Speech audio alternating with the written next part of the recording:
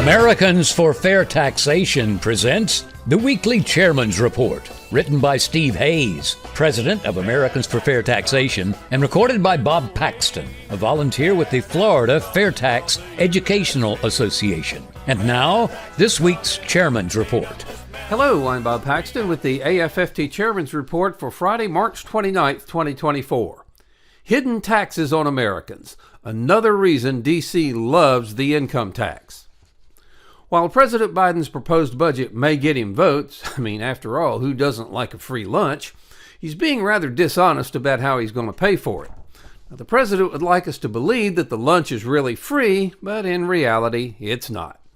Steve Moore is a member of the AFFT Advisory Board. He wrote an article for the Daily Caller addressing this issue. Now, here's some of the points he made. When I read through the details of Biden's new multi-trillion-dollar tax plan, it's hard to come up with any plausible explanation other than he's trying to make American industry less competitive.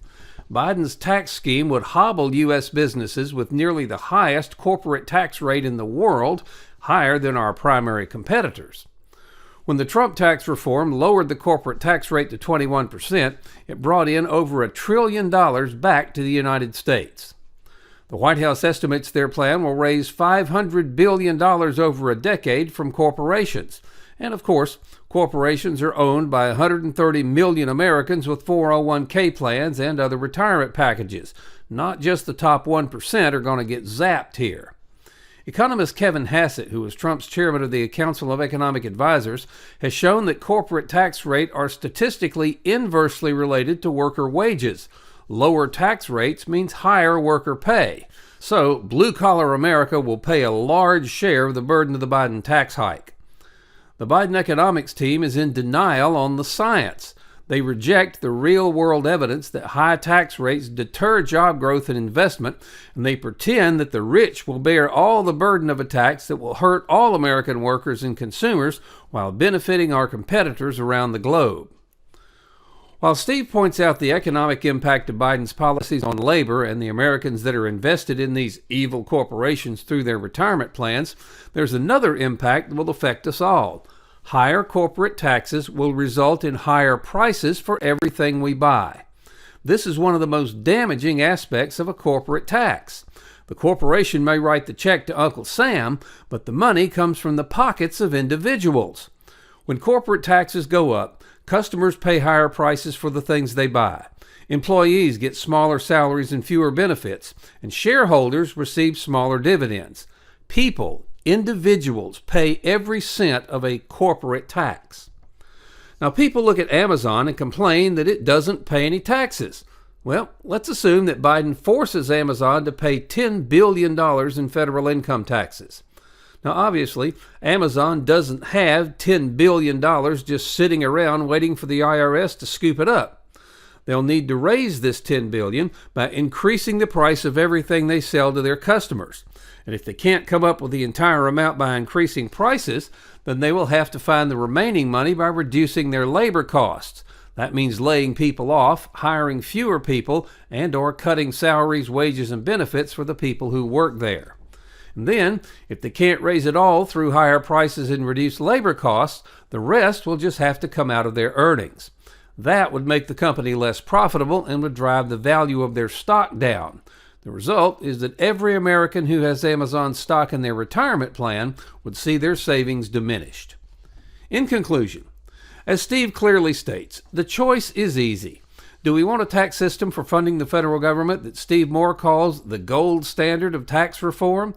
It's so simple that everyone can understand it, that shows the cost of the federal government on every retail receipt so all of us understand what we're paying, that helps U.S. companies compete with foreign competitors, that keeps jobs in the United States rather than exporting them to other countries, that permanently establishes the solvency of Social Security and Medicare and is the largest transfer of power from D.C. to the people since the Constitution was adopted.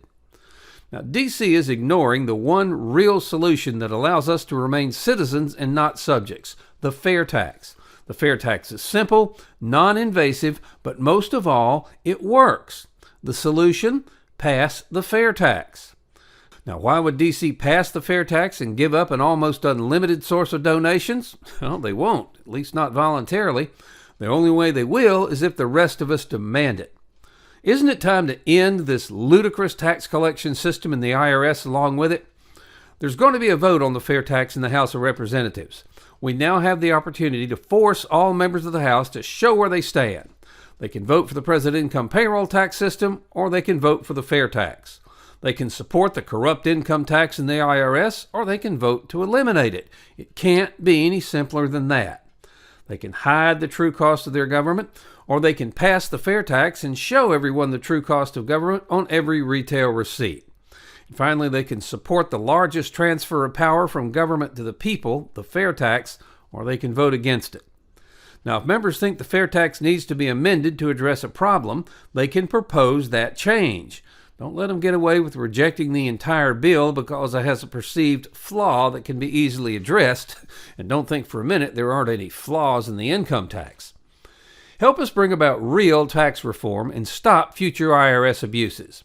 By contributing or investing $10.40 a month, you help provide a financial base to Americans for fair taxation.